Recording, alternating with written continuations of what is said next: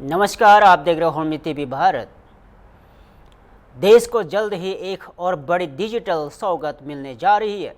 प्रधानमंत्री नरेंद्र मोदी कल ओडिशा से बीएसएनएल की 4G स्वदेशी सेवा की औपचारिक शुरुआत करेंगे। इस ऐतिहासिक मौके पर लखनऊ के इंदिरा गांधी प्रतिष्ठान से उत्तर प्रदेश के मुख्यमंत्री योगी आदित्यनाथ और केंद्रीय वित्त राज्य मंत्री पंकज चौधरी वर्चुअल रूप से इस कार्यक्रम में शामिल होंगे। इस संबंध में बीएसएनएल उत्तर प्रदेश पूर्वी के मुख्य महाप्रबंधक अरुण सिंह ने लखनऊ में एक प्रेस कॉन्फ्रेंस के दौरान जानकारी दी। उन्होंने बताया कि देश भर में कुल 18,900 साइटों पर सोलर पावर्ड 4G नेटवर्क तैयार किया गया है। उत्तर प्रदेश को पूर्वी और पश्चिम में दो हिस्सों में बांटकर काम को तेज किया गया है। यहाँ 4G सेवा पूरी तरह स्वदेशी तकनीक पर आधारित है और आगे चलकर इसे 5G में अपग्रेड करना भी आसान होगा। अरुण सिंह ने कहा कि बीएसएनएल का लक्ष्य है सुदूर ग्रामीण इलाकों तक तेज और सस्ती डिजिटल कनेक्टिविटी पहुंचाना, जिससे डिजिटल इंडिया के विजन को मजबूती मिले। टोटल 180 साइट्स बीएसएनएल ने लगाई हैं और 26 साइट रिलायंस ने लगाई हैं। टोटल मिला के 206 होती हैं। जो 180 साइट बीएसएनएल ने लगाई हैं डीवीएन में प्रोजेक्ट में, उसमें 141 साइट 4G सैचुरेशन की हैं। ये 4G सैचुरेशन वो साइट है, वो गांव है जहां पर अब तक किसी भी मोबाइल ऑपरेटर का कोई भी सिग्नल नहीं था। ये नॉन कनेक्टेड या अनकनेक्टेड विलेजेस थे, जहां पर वहां के जो वासी हैं वो किसी भी तरह की मोबाइल सेवाओं को यूज नहीं कर पा रहे थे। अब वहां पे 141 जगह पे हमने लगा दिया है। जो हमें प्रोजेक्ट दिया गया था डीबीएन के तहत में, उसमें 142 जगह की लोकेशन हम लोगों को मिली थी। एक लोकेशन बची है जो हमारे अगले महीने तक कंप्लीट हो जाएगी। इस 40 साइट हैं, इसमें लगभग कितने कस्टमर्स को हम लोगों ने कवर किया होगा? ये जो फिगर है जिसमें हमारे जो कस्टमर बेस इनमें 141 साइट की आप बात कर रहे हैं, इसमें लगभग 24,000 कनेक्शन हमारे कस्टमर हमसे जुड़ चुके हैं। 24,000 के आसपास मान लीजिए। और यहाँ पर एक स्पेशल ड्राइव हम लोग चला रहे हैं। ये पूरे यूपी की? जी, मैं ये आपको पूरे यूपी की फिगर बता रहा हूँ में लगी और कितनी यूपी वेस्ट में लगी है। तो उत्तर प्रदेश पूर्वी परिमंडल में 4527 साइट्स 4G की लग गई हैं और उत्तर प्रदेश पश्चिमी में 2132 साइट्स हमारी 4G में अपग्रेड हो गई हैं, जहाँ पे 4G का इक्विपमेंट हमारा लग गया। टारगेट कितना है जिसको 4G करना है? हमारा जो फेज 1 में जो आपको जैसे संज्ञान में होगा, जो कॉर्पोरेट ऑफिस ने टेंडर किया था वो 1 लाख ई नोट का किया था, जिसको स्वदेशी रूप से बनाया जा रहा था, जिसमें सीडॉट, तेजस और टीसीएस कार्य कर रहे थे। उन 1 लाख में जो हम लोगों का हिस्सा था वो हमको मिल चुका था और उनमें यूपी वेस्ट ने भी अपना पूरा कार्य कर लिया है और यूपी ईस्ट ने भी अपने पूरा कार्य 6659 में कवर कर लिया। तो हमारा फेज 1 का जितना टारगेट और जितना इक्विपमेंट आया था नॉन डीबीएन साइट का, वो ऑलरेडी हम लोग कंप्लीट कर चुके हैं।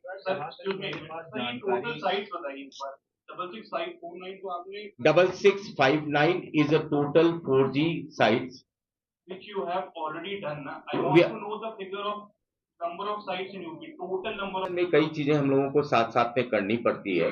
एक तो मीडिया कनेक्टिविटी हमको स्ट्रेंथन करने की जरूरत पड़ती है। अभी तक 2G लगा हुआ था तो उसमें इतनी ज्यादा डेटा नहीं जाता है, जैसे आप जानते हैं। जब हम 4G लगा रहे हैं तो हमें अपनी जो बैकहॉल है, जो लिंक है, उसको भी अपग्रेड करना पड़ता है। वहां पे हम लोगों ने सोलर पैनल लगाए हैं, जैसे मैंने बताया हर डीबीएन साइट पे हमने सोलर पैनल लगाए हैं। वहां पे बैटरी और पावर प्लांट को भी हम अपग्रेड कर रहे हैं। तो टोटल इंफ्रा हम लोग वहां का अपग्रेड कर रहे हैं और जो हमारा इंडिजिनियस स्वदेशी 4G इक्विपमेंट है उन्हीं को वहां हम लगा रहे हैं। तो इनमें से 25 जगह पे ऑलरेडी ये काम हो चुका है और बाकी बचे हुए 53 जगह पे कार्य प्रगति पे है और हमें उम्मीद है कि अक्टूबर तक हम सारी एलडब्ल्यूई साइट को कवर कर लेंगे। जैसे बॉर्डर की चौकियों पे बात हो रही है कि उनको भी कवर किया गया है, जी। वहाँ पे नेटवर्क कर दिया जाए। जी जी, तो लगभग समर्थक कौन क्षेत्र होंगे ऐसे कवर किया गया? ये भारत नेपाल बॉर्डर के एरिया में जो क्षेत्र आते हैं मेनली वो कवर होते हैं, क्योंकि हमारी बाउंड्री जो लगती है इंटरनेशनल बॉर्डर जो हमारा लगता है वो नेपाल को कवर करता है। और ये जैसे मैंने अभी बताया था कि बीओपी बीआईपी साइट टोटल मिलाकर बात कर लिया आपसे, एक 4G सैचुरेशन की बात कर ली, सेकंड हमने बात कर ली है बीओपी बीआईपी साइट्स की। इसी कैटेगरी में तीसरा एक और आता है जिसको हम लोग कहते हैं LWE site, left wing extremist sites. ये जो वामपंथी उग्रवाद प्रभावित क्षेत्र है उनको कवर करने की बात होती है, जिसमें यहाँ ये एलडब्ल्यूई साइट्स में ऑलरेडी हमने 78 पे 2G अभी तक काम कर रहा था। ये एलडब्ल्यूई साइट्स हैं जो अभी तक हम लोग ऑपरेट कर रहे थे 2G पे, अब इसको भी अपग्रेड करना है हम लोगों को। लखनऊ से बड़ी राजनीतिक प्रतिक्रिया सामने आई है, आपत्ति जताई है, जिसमें एफआईआर में जाति का उल्लेख न करने की बात कही गई है। स्वामी प्रसाद मौर्य ने कहा है कि यह फैसला वापस लिया जाना चाहिए और हम इसके खिलाफ कोर्ट में PIL दायर करेंगे।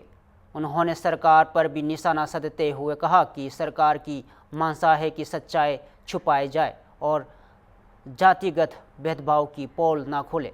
स्वामी प्रसाद मौर्य ने यहाँ भी कहा कि जो ग्रंथ जाति व्यवस्था को बढ़ावा देते हैं उन पर भी रोक लगनी चाहिए। अब देखना होगा कि स्वामी प्रसाद मौर्य के इस बयान पर सियासी गलियारों में क्या प्रतिक्रिया आती है।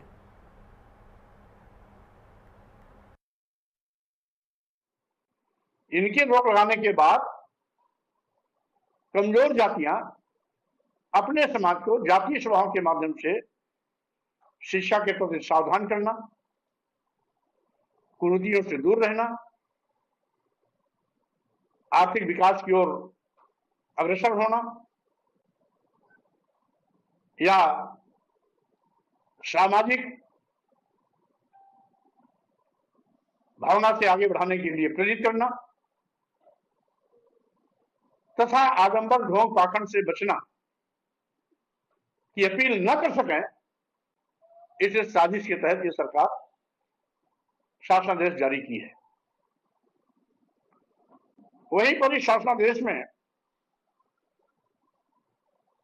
एक और शब्द का प्रयोग किया गया है जिसमें स्पष्ट इस बात का उल्लेख किया गया कि सोशल मीडिया पर किसी जात को महिमा मंडित करने तथा किसी जात की निंदा करने वाली सोशल मीडिया संदेशों पर कड़ी निगरानी रखी जाए। यानी इसके माध्यम से कुल मिलाकर के जो सोशल मीडिया पर आज नौजवान तेजी के साथ आगे बढ़ रहा है, अपनी अभिव्यक्ति कर रहा है, ये अभिव्यक्ति पर चोट है। जो भारतीय संविधान के अंतर्गत विचारों की अभिव्यक्ति का एक फंडामेंटल राइट है, ये उस पर चोट है। वैसे भी सोशल मीडिया पर यदि कोई आपत्तिजनक टिप्पणी आती है तो पुलिस पहले से ही कार्रवाई करती है। जब पहले से कार्रवाई करने की सिस्टम पहले से डेवलप है तो इस प्रकार से इस शासनादेश के माध्यम से इसको पूर्ण प्रतिबंधित या मनचाहे तरीके से किसी का सोशल मीडिया बैन करना, किसी को आरोपित करके उसकी फॉलोइंग को कम करना या थ्रेटनिंग दे करके उसको अपनी मनचाही बात लिखवाने के लिए दबाव बनाना आदि कुल मिलाकर के यह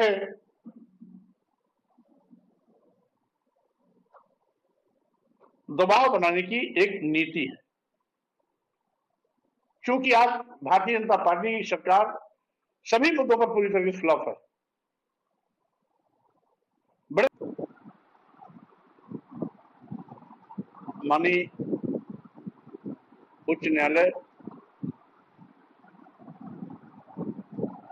इलाहाबाद बेंच द्वारा पारित एक आदेश जिसमें डायरेक्शन दिया गया है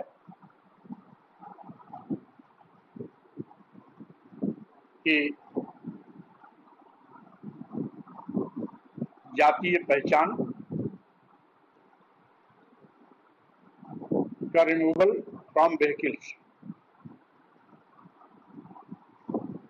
कास्ट साइनेज फ्रॉम व्हीकल्स, और इसी के साथ साथ bans inclusion of caste details in police records, यानी वाहनों पर जात सूचक शब्दों का प्रयोग करना और पुलिस के जो ऑफिशियल रिकॉर्ड्स हैं उसमें जाति सूचक शब्दों का प्रयोग करना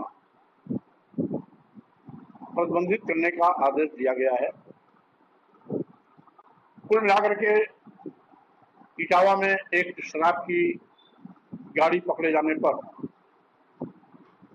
FIR में कुछ जात सूचक शब्दों का प्रयोग किया गया था, जिसको हाईकोर्ट ने चलन दिया गया और उसके परिप्रेक्ष्य में हाईकोर्ट ने ये आदेश जारी किया कि विशेष रूप से उसका फोकस था कि वाहनों पर जात सूचक शब्दों का प्रयोग न करें और साथ ही साथ पुलिस रिकॉर्ड में जात सूचक शब्दों का उपयोग न किया जाए, जिसके परिप्रेक्ष्य में उत्तर प्रदेश सरकार ने एक शासनादेश जारी किया। दीपावली के इस पहले मिठाइयों में मिलावट करने वाले पर बुलंदशहर प्रशासन ने कसा शिकंजा। जिलाधिकारी श्रुति ने आदेश पर खाद्य सुरक्षा विभाग की टीम ने अनूपशहर रोड स्थित एक सोन पापड़ी गोदाम पर छापा मारा। छापेमारी में बड़ा खुलासा हुआ है। यह बिना फूड लाइसेंस के सोन पापड़ी बनाई गई और पैक की जा रही थी। सोन पापड़ी में वनस्पति तेल और रिफाइंड और रंगीन पोहे जैसे घटिया सामग्री का इस्तेमाल हो रहा था और डिब्बों पर लिखे जा रहे थे बटर, ड्राई फ्रूट्स और देसी घी जैसे भ्रामक और आकर्षक स्लोगन। दीपावली गिफ्ट पैकिंग के नाम पर तैयार किया जा रहा था नकली माल। छापेमारी में 400 ग्राम के 1900 डिब्बे और 800 ग्राम के 1200 डिब्बे बरामद किए गए। कुल मिलाकर लगभग 1.5 लाख का नकली माल जब्त किया गया। फैक्ट्री को सील कर दिया गया है और नमूने लैब भेजे गए हैं। खाद्य सुरक्षा अधिकारी विनीत कुमार ने कहा है कि रिपोर्ट्स आने के बाद सख्त कार्रवाई की जाएगी।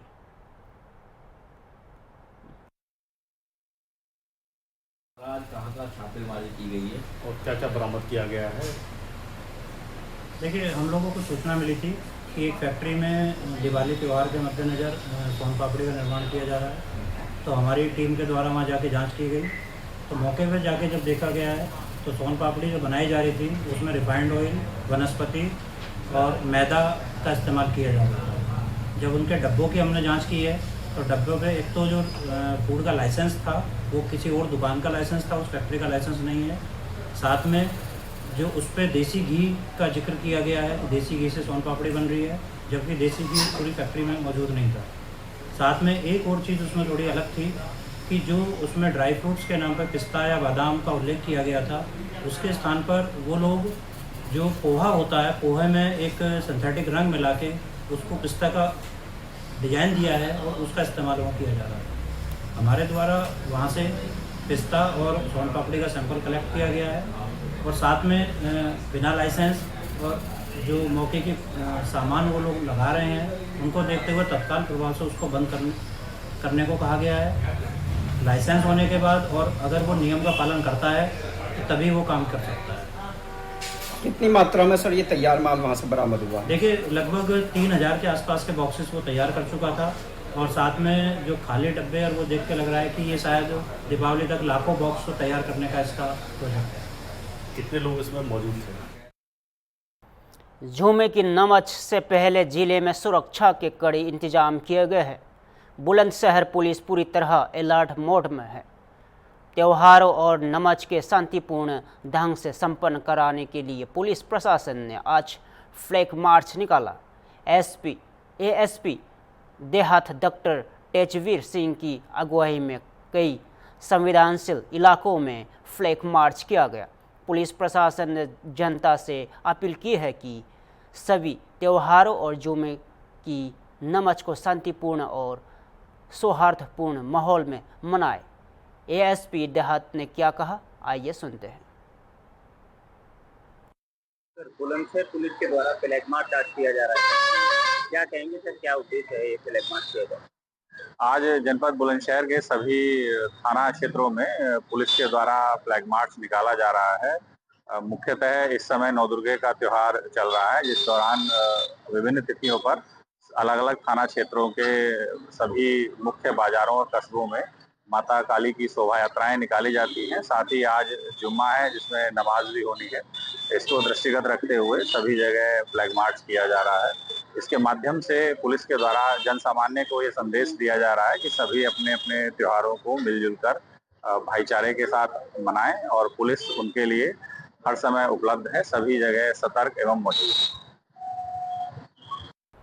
प्रतापगढ़ के कुंडा से एक चौंकाने वाली खबर सामने आई है, जहां दीपावली से पहले बाजारों में बिकने वाले नकली देसी घी का बड़ा भंडाफोड़ हुआ है। नए एएसपी दीपक बुकार के चार्ज लेने के बाद पुलिस की ये पहली बड़ी कार्रवाई मानी जा रही है। पुलिस ने अनिक ब्रांड के नाम से बेचे जा रहे नकली देसी घी का खुलासा किया गया है। 1 कुंटल से ज़्यादा नकली घी बरामद किया गया और 3 दुकानों का छापेमारी के दौरान 2 लोगों को गिरफ्तार किया गया है। किराना व्यापारी ही नहीं, कंस्ट्रक्शन कारोबारी भी नकली घी का धंधा कर रहे थे। 100 ग्राम से लेकर 1 किलो तक की पैकिंग तैयार की जाती थी और उस पर नामी ब्रांड अनिक घी के नकली रैपर चिपकाकर मार्केट में बेचा जाता था। पुलिस के मुताबिक 1 किलो के 23 पैकेट, 500 ग्राम के 63 पैकेट और 200 ग्राम के 103 पैकेट और 100 ग्राम के 255 पैकेट नकली घी बरामद हुए हैं। बाबूगंज बाजार स्थित 3 दुकानों, देव स्टोर, भोला किराना स्टोर और गंगा कंस्ट्रक्शन एंड ट्रेडर्स के खिलाफ कॉपीराइट एक्ट और अन्य धाराओं में मुकदमा दर्ज किया गया है। दुकानदार मौके से फरार है, जबकि पुलिस कार्रवाई कर रही है और सीओ कुंडा ने इस पूरे मामले की जानकारी दी है। सुनिए। ये माल जो आप ले रहे हैं, ये माल आप कहाँ से ले रहे हैं? इलाहाबाद का एक व्यापारी दिनेश नाम का है, वही दे के जाता है। इलाहाबाद में कहाँ का है? ये हमको एग्जैक्ट लोकेशन नहीं पता। उसका मोबाइल नंबर? हाँ, मोबाइल नंबर मिल जाएगा। आपने उस समय, जिस समय आप वो आया था आपको माल देने, आपने कितना माल लिया था उससे? 200 ग्राम, 2 आधा किलो, 1 किलो। आपको उसने ये क्या बता के दिया था? ये घी है, हम कैंटीन का माल है। हाँ। इसको कम रेट में हम देंगे। ले लो। कितने में आपको दिया वो? 1 किलो का पैकेट कितने का दिया वो आपको? 390। और आप इसे बेच कितने का रहे हैं? 450। 450। इससे एमआरपी कितनी है? एमआरपी 690 है। श्रीमान पुलिस अधीक्षक महोदय प्रतापगढ़ के निर्देशन में अपराध तथा अपराधियों के विरुद्ध चलाए जा रहे अभियान के क्रम में थाना कुंडा के बाबूगंज बाजार में नकली घी बनाकर अनिक घी का रैपर लगाकर घी बेचने की सूचना प्राप्त हुई। उक्त सूचना पर थाना कुंडा तथा एसओजी की संयुक्त कार्रवाई में बाबूगंज बाजार के 3 दुकानदारों से नकली घी लगभग 100 किलोग्राम बरामद किया गया है। उक्त बरामदगी के आधार पर संयुक्त सुसंगत धाराओं में थाना कुंडा पर अभियोग पंजीकृत किया गया है। इस संबंध में अग्रिम विधिक कार्रवाई प्रचलित है। लखनऊ से एक हैरान कर देने वाली खबर सामने आई है। क्राइम ब्रांच में तैनात इंस्पेक्टर पचिचिनी चतुर्वेदी की संदिग्ध हालत में मौत हो गई है। सुबह 35वीं बटालियन के स्विमिंग पूल में डूबने से उनकी मौत हो गई। जानकारी के मुताबिक अश्विनी चतुर्वेदी सुबह करीब 8 बजे स्विमिंग ड्रेस में नहाने के लिए गए थे, लेकिन काफ़ी देर तक बाहर नहीं आए। जब वो घर नहीं पहुंचे तब उनकी तलाश शुरू हुई तो एसडीआरएफ की टीम बुलाई गई और घंटों की मशक्कत के बाद उनका शव स्विमिंग पूल से बाहर निकाला गया। और टीसीपी सेंट्रल आशीष श्रीवास्तव ने बताया कि 26 सितंबर को दोपहर करीब 12 बजे महानगर थाना क्षेत्र के 35वीं बटालियन स्विमिंग पूल में डूबने की सूचना मिली। पश्चिमी अश्विनी को अस्पताल ले जाया गया, जहां उन्हें मृत घोषित कर दिया गया है। प्रथम दृष्टया कारण डूबने माना जा रहा है और हालांकि पोस्टमार्टम रिपोर्ट का इंतजार है। मामले की जांच जारी है और सीसीटीवी फुटेज खंगाले जा रहे हैं। बता दें कि पश्चिमी चतुर्वेदी मूल रूप से अम्बेडकर नगर के रहने वाले थे और इस वक्त लखनऊ क्राइम ब्रांच में तैनात थे। सर, यहाँ पर आप लोग आए हैं, क्या कैजुअलिटी हुई है? आज 26 सितंबर को दोपहर 12 बजे के लगभग महानगर पुलिस को सूचना प्राप्त हुई कि महानगर थाना अंतर्गत 35 बटालियन के स्विमिंग पूल में लखनऊ पुलिस में क्राइम ब्रांच में कार्यरत अश्विनी चतुर्वेदी वहाँ जो स्विमिंग पूल है वहाँ पर डूब गए हैं। तत्काल पुलिस और पीएसी के पुलिस कर्मचारियों ने मिलकर के उनको बाहर निकालने का प्रयास किया, जिसमें एसडीआरएफ की मदद ली गई और उनको बाहर निकाला गया। इनको अभी चिकित्सालय ले जाया गया, जहां उनको मृत्यु बाधित होना बताया जा रहा है। इस संबंध में प्रथम दृष्टया ऐसा देख के लग रहा है कि वो सुबह में स्विमिंग करने यहाँ आए थे और बाद में जब चेक किया गया तो यहाँ से बाहर नहीं निकले थे। तो प्रथम दृष्टया मृत्यु डूब करके होना संभावित है, लेकिन आगे की पड़ताल के लिए इसमें पीएम कराया जाएगा। परिवार अभी रास्ते में है, उनके आने पर आगे कार्रवाई की जाएगी। कुछ प्राइमा फेसाई आप लोगों को बॉडी में कोई मार्क्स दिखे, कोई एंटीमॉर्टम इंजरी आ रहा है? बॉडी पर किसी प्रकार की कोई इंजरी नहीं है और जैसा लोगों ने जो उनके साथ में रात में थे उनके द्वारा बताया गया कि सुबह 6:30 बजे यहाँ पर स्विमिंग के लिए आए थे और यहाँ स्विमिंग पूल पर मौजूद जो कर्मचारी हैं उनकी रजिस्ट्री एंट्री में भी 7 से 8 स्लॉट के बीच में उनके द्वारा स्विमिंग किया जाना प्रतीत हो रहा है। कहाँ के रहने वाले तो कहाँ पे? मूल रूप से अम्बेडकर नगर के रहने वाले हैं और अभी वर्तमान में कमिश्नरेट लखनऊ में क्राइम ब्रांच में कार्यरत थे। फिलहाल के लिए इतना ही। ताज़ा खबरों के लिए देखते रहिए हम बीते भारत।